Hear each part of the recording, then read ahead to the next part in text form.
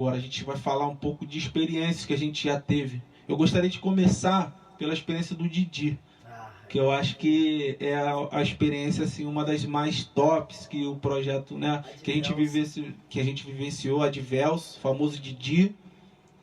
Quer falar? Você acha que é a pessoa com mais propriedade para falar do Didi? Não sei, você também pode falar, cara. Você também. Você tem mais, porque Você ficou ali. mais junto dele ali. A sua família virou a família dele. É verdade, verdade. Lembro que ele falou que queria ter um aniversário também, queria comemorar um aniversário, se eu não me engano foi de 50 anos. Ele ia fazer 50 na tua anos. casa, gente. É, dia 2 de dezembro, eu lembro. E aí, antes disso, nós tínhamos resgatado ele das ruas. Nós encontramos o Didi, ele estava deitado na calçada, como vocês sabem como que fica um morador em situação de rua, né? Ele estava lá deitado lá e eu cheguei, conversei com ele, porque o ajude ao próximo, a quentinha, ela é necessária, ela tem um peso necessário, mas ela é um contato para nós podermos nos relacionarmos com ele. O relacional é primordial. O contato onde que você escuta a história do morador em situação de rua e dentro desse momento que você está assim, conversando com o morador em situação de rua, você consegue perceber a verdadeira necessidade que ele tem. Que a gente consegue perceber isso, né? A verdadeira necessidade de um morador em situação de rua não é um alimento físico, mas é alguma coisa que desencadeou no decorrer da vida dele que levou ele para aquela situação. É como eu falo, hoje você dorme na cama, você tem um conforto na sua casa, mas você não sabe o dia de amanhã. Amanhã você pode estar deitando no papelão, você pode estar lá na situação que eles estão, porque nós encontramos arquitetos, encontramos pessoas com diplomas, pessoas que falam até bem, que sabem sobre muitas coisas, mas estão naquela situação. Teólogos, todo tipo de gente. E aí com o seu Didi foi assim, eu sentei ao lado dele, entregamos a quentinha e ficamos como é comum do projeto. Você sentar lá no papelão com eles e ficar conversando, horas e horas. A maioria das vezes nós escutamos muito mais do que falamos, né? E aí o Didi foi abrindo o coração dele, disse que saiu lá da terra dele para tentar a vida aqui e não deu certo. E aí uma coisa que eu aprendi com o Didi, que eu queria pontuar aqui, eu queria dar um exemplo aqui para vocês poderem entender melhor. Nós que somos considerados pessoas civilizadas e não selvagens, que eles são considerados pessoas selvagens, nós que somos considerados pessoas civilizadas, nós temos escapes para poder usufruir de sentimentos agradáveis. Exemplo, você quer sorrir, você quer se alegrar, você pega a sua filha ou a sua esposa, ou seu esposo, vai para um parque, ou vai no shopping, assiste um filme de comédia. Você tem acesso a vários outros ambientes que vai produzir em você a alegria que você quer. Você vai sorrir, você vai se alegrar, ou você para num quiosque aí com a sua família, pede uma bebida, um petisco, e ali você se alegra ali em comunhão.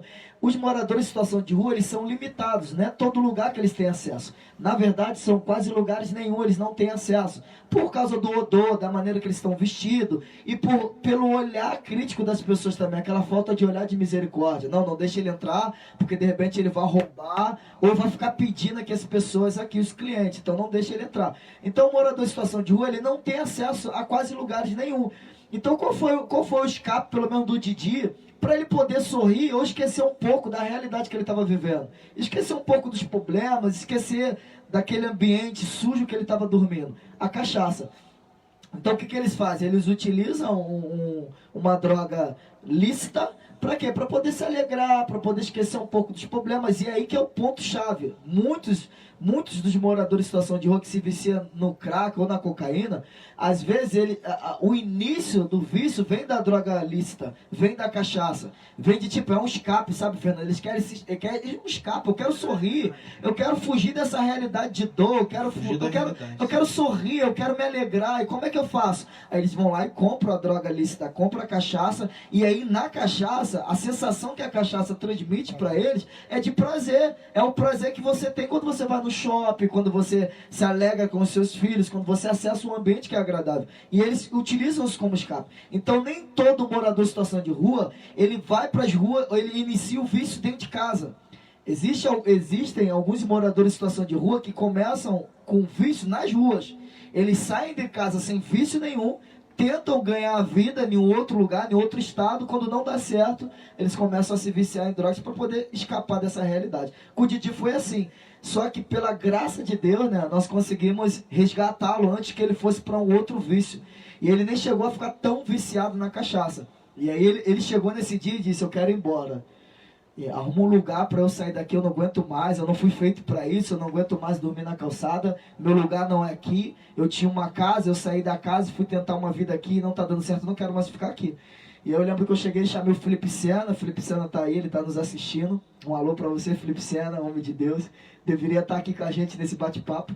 E aí Felipe Sena pegou o carro dele com toda a disponibilidade, o coração repleto de empatia, e colocou ele dentro do carro dele. Nós fomos na ida até a estrada do Magaço, um centro de reabilitação que tem lá. Nós paramos no posto, eu lembro que aí nós entramos na loja que tem ali no... Isso. Entramos nessa loja, compramos um salgado, e aí eu consegui perceber a visão das pessoas em volta. O Felipe estava bem vestido, eu também estava legal. O Didi não, o Didi estava com aquela roupa que ele estava na rua. Então eu vi as pessoas olhando, não fazem por mal, é cultura, né? Infelizmente, né? E aí ele se assentou à mesa junto conosco, nós comemos o salgado ali e levamos ele para o centro de reabilitação. E aí entrou o processo de consolidação. Quando nós levamos alguns moradores em situação de centro de reabilitação, nós consolidávamos essas pessoas. Nós não deixávamos ele lá no centro de reabilitação e deixar com que a cultura do centro consolide eles. Não, mas nós fazíamos visita, nós levamos sopão, macarrão, material de higiene. E levava tudo que miojo, ele precisava. Que ele gostava de miojo, tudo que ele precisava, nós dávamos a assistência ali, né? 20 pacotes de miojo pro Didi. E o que é interessante, que a história do Didi, ela nos conduz à história do bom samaritano. A história do bom samaritano faz lembrar do Didi, porque nós tiramos o Didi da situação de rua e levamos para uma hospedaria, um lugar para ele ser cuidado. E todos os dias nós iríamos lá visitá-lo, perguntar como é que tá. Ele precisou de óculos, nós demos o óculos, precisou de roupa. E claro que não foi simplesmente o projeto Ajude ao Próximo. Foi vocês também que doaram, que compartilharam os vídeos. Exatamente. Isso aí. Que fizeram parte de toda a consolidação do Advelso. Aí no dia 2 de dezembro, nós fizemos o primeiro aniversário dele aqui no Rio. Foi lá na casa da minha tia Bruna, na rua 10, né? Na rua Nelson da Fonseca. E foi um dia assim, eu até me emociono. Ele chorou, ele ficou muito, assim, tentando agradecer, né? Ele ficou muito emocionado, mas não tinha palavra. Não tinha palavra. Ele nem quase fala. É raridade o Didi falar alguma coisa. E aí ele chorou ali na hora, foi um momento, assim, muito familiar, um momento onde ele se sentiu parte da família. E até hoje ele nos visita. Hoje o Advelso, ele trabalha. Ele recebe um dinheiro também pelo Bolsa Família, ele trabalha, ele pode sair do centro de reabilitação a hora que ele quiser, por bom comportamento. Ele já está no centro de reabilitação, vai fazer 3 anos, tem 2, vai fazer 3. Então ele agora, num linguagem cultural, né, ele se tornou uma pessoa civilizada. Ele não está mais no grupo dos selvagens. Então, é como o Leonan, ele sempre fala mesmo, nós não caminhamos preocupados com o retorno. Nós não caminhamos preocupados com o resultado. Nós caminhamos por convicção. Você é filho, você é a representação de Cristo e você tem que ser a representação de Cristo na vida dessas pessoas. Você não pode olhar para essas pessoas como coisas descartáveis, como pessoas invisíveis, essa invisibilidade que eles têm. Você tem que enxergar essas pessoas como Jesus, ele fala para o mestre da lei, né? O mestre da lei questiona, faz uma pergunta, ele pergunta, como eu consigo herdar a vida eterna? E aí Jesus diz, você conhece a lei? Você não sabe o que está escrito na lei? Como você a interpreta? E aí ele fala, não, eu sei que a lei diz, amará o seu Deus de toda a sua força, todo o seu entendimento, e amará o próximo como a ti mesmo. Ele, então, é isso. Aí ele ainda continua questionando Jesus, né?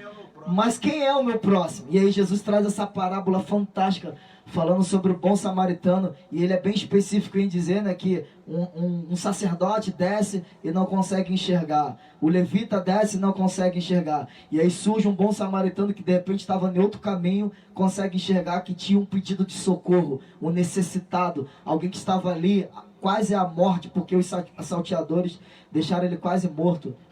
Quer falar, Lô? Pode falar. E aí você consegue perceber que às vezes nós que consideramos crente, né? Que consideramos filhos de Deus, nos comportamos dessa maneira. Às vezes eu bato na tecla de alguns crentes, pessoas que eu conheço, para serem educados pelo menos.